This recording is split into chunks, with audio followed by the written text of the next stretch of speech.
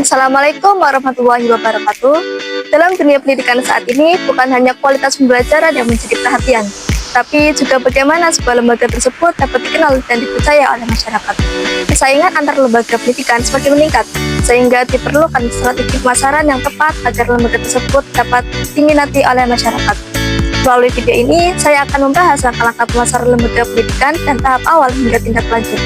Sebelum saya membahas langkah-langkah tersebut, perkenalkan, saya Nadil Diana Putri dari kelas MPI 3B. Langsung saja, ini dia videonya, selamat menyaksikan. Langkah pertama yaitu analisis situasi. Analisis situasi merupakan langkah awal pemasaran untuk melihat kondisi pasar secara menyeluruh. Yang perlu dianalisis yaitu kebutuhan calon siswa dan orang tua, seperti harapan terhadap kualitas pembelajaran, fasilitas, biaya, serta pelayanan yang diberikan oleh lembaga. Yang kedua, perkembangan pendidikan, misalnya perubahan sistem pembelajaran, serta penggunaan teknologi dan minat masyarakat terhadap program tertentu. Langkah kedua yaitu segmentasi pasar. Segmentasi pasar adalah proses mengelompokkan calon siswa atau mahasiswa berdasarkan karakteristik tertentu, seperti wilayah tempat tinggal, usia, latar belakang ekonomi, dan jurusan yang diminati. Dengan adanya segmentasi ini, lembaga pendidikan dapat menyesuaikan promosi sesuai dengan kelompok yang dituju, sehingga pesan disampaikan menjadi lebih tepat dan mudah diterima.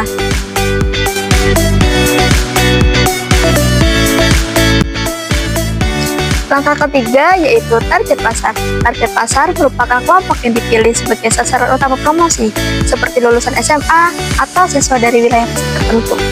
Dengan target yang jelas, kegiatan pemasaran jadi lebih fokus, efisien, dan tepat sasaran.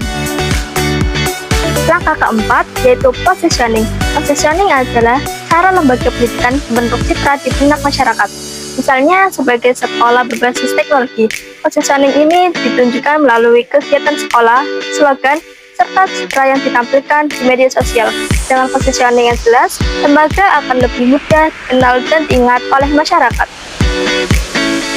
Selanjutnya langkah kelima yaitu pembaruan bauran pemasaran.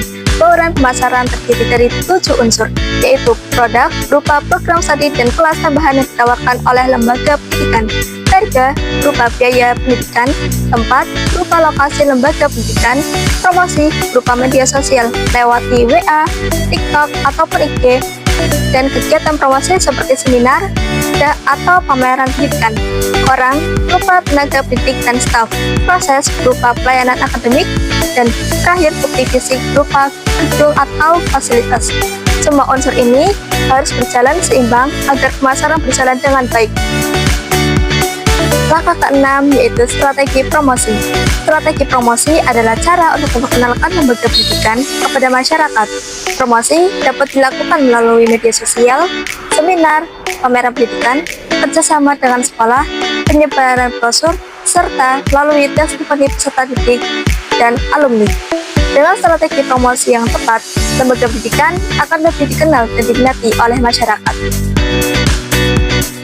Langkah selanjutnya yaitu implementasi program pemasaran.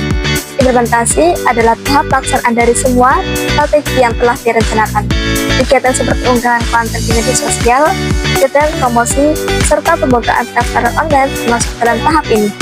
Pada tahap inilah, seluruh rencana dijalankan secara nyata, agar tujuan pemasaran dapat tercapai. Langkah ke-8 yaitu monitoring dan evaluasi. Monitoring dan evaluasi dilakukan untuk mengetahui apakah strategi pemasaran yang telah diterapkan sudah berhasil atau belum. Hal yang dilihat antara lain jumlah pendaftar dan respon masyarakat. Jika hasilnya belum sesuai dengan target, maka strategi perlu diperbaiki agar hasil berikutnya menjadi lebih baik. Langkah terakhir yaitu tindak lanjut. Tindak lanjut merupakan langkah untuk menjaga komunikasi dengan calon peserta didik. Tindak lanjut dapat dilakukan melalui pesan WA, email, atau layanan konsultasi. Layanan yang cepat, ramah, dan jelas akan meningkatkan kepercayaan serta memperbesar peluang pendaftaran. Demikian penjelasan mengenai langkah-langkah pemasaran lembaga pendidikan yang dapat saya sampaikan. Semoga materi ini dapat menambah wawasan dan bermanfaat bagi kita semua. Saya, Nadia Rutjana Putri dari kelas MPI 3B mengucapkan terima kasih atas perhatian teman-teman yang telah menyaksikan video ini. Mohon maaf apabila terdapat kekurangan. Sampai jumpa di video berikutnya dan tetap semangat dalam belajar. Wassalamualaikum warahmatullahi wabarakatuh.